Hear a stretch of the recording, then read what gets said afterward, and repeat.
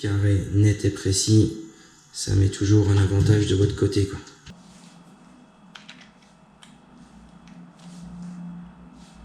Donc là, on monte et on descend, et ça fait sortir l'aiguille. Donc là, au niveau du poids, il me manque un peu de poids, donc il me faudrait limite un manchon encore un peu plus gros, quoi. Les anciens, on disait le poids de la machine, le poids en métal, l'équilibre parfait, quoi. Machine à rotative, ça suffit une lime qui donne que le voltage. Après, si vous commencez à utiliser de la machine à bobine, là, on va avoir besoin d'une alimentation qui nous donne la vitesse, le duty, le FT et les volts. On n'aura pas le choix parce qu'une machine à bobine, ça se règle.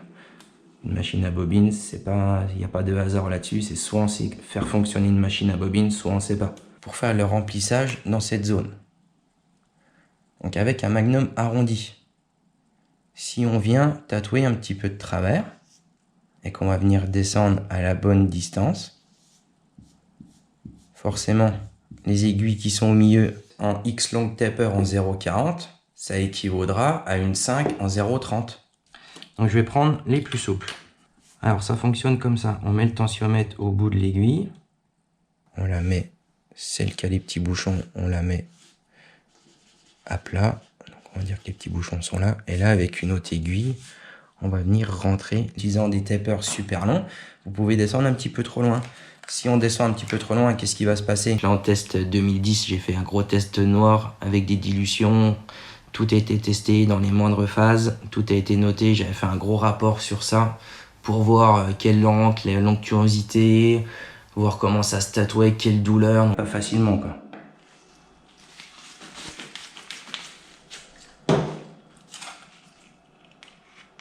Là, c'est une encre qui est très concentrée.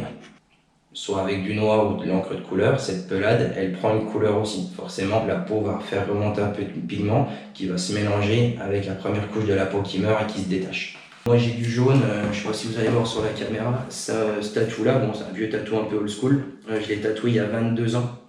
Donc tous mes jaunes sont encore présents. Pour les anciens, c'était du jaune de chez Jet France qui était réputé. On va pouvoir mieux tatouer, on aura moins de douleur. On aura une meilleure cicatrisation, on aura une meilleure tenue des pigments, moins de rejet de pigments, etc.